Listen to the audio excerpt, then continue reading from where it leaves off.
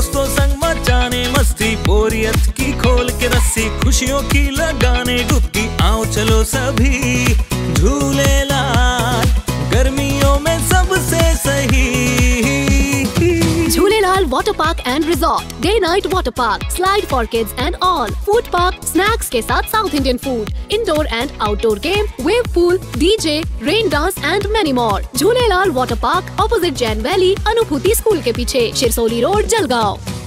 अशा पद्धतीने वाद जर झाले तर शिवसेनेवरती इथे दबावाचा प्रश्न नाहीये। सर्वे झालेले आहेत, जनमत जाणून घेतलेलं आहे, 3-3, 4-4, 5-5 सर्वे झालेले आहेत आणि त्याच्यामध्ये जर काही कमी जास्त आढळला असेल आणि म्हणून ही जागा बदलवली गेली, आता 100% नवीन उमेदवार आमचा निवडूनच येईल, याच्यामध्ये कोणाच्याही मनामध्ये शंका घेण्याचं कारण नाही। आम्हाला 100% खात्री आहे नवीन दिलेले उमेदवार या ठिकाणी निवडून येतील। बंडखोरी होत आहे निश्चित मी तेच सांगतोय की यासाठीच आम्ही आलेलो आहोत आणि मला वाटतं थोडा राग थोडे दिवस सगळ्यांचा असतो।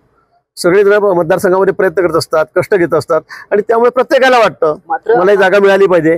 आता नाही मिळाली याचा अर्थ बंडखोरी होईल असं नाहीये। निश्चित चर्चेनंतर आमचे नेते देवेंद्रजी आहेत, बावनकुळे साहेब आहेत, हे त्यांच्याशी चर्चा करतील आमच्या नंतर आणि मला वाटतं हा प्रश्न सुटेल।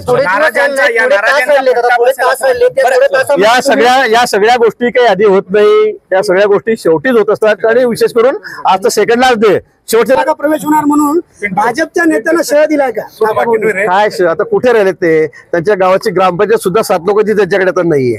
ते दूध डेअरीचे चेअरमन होते, त्याच्याकडे एक त्यांच्या स्वतःच्या पत्नी सुद्धा त्या ठिकाणी पडल्या जळगाव जिल्ह्यामध्ये। आमदारकीमध्ये सुद्धा त्यांची कन्या त्या ठिकाणी पडली, त्याची बँक होती ती सुद्धा त्याच्याकडे काय राहिलेलं आहे? आणि तुम्ही एवढं नेत्याला सेवा देतील का? केंद्रात नेते सेवा देतील का? राज्यात सेवा देतील का? मला वाटतं जर दिवा विझलेला आहे त्याच्याबद्दल तुम्ही एवढं का बोलतायत मला कळत नाहीये। आता मी ते सांगतोय की त्यांचं डायरेक्ट हॉटलाईन केंद्रात आहे बाबा, आमच्यासारख्या छोट्या कार्यकर्त्यांना माहित नाही।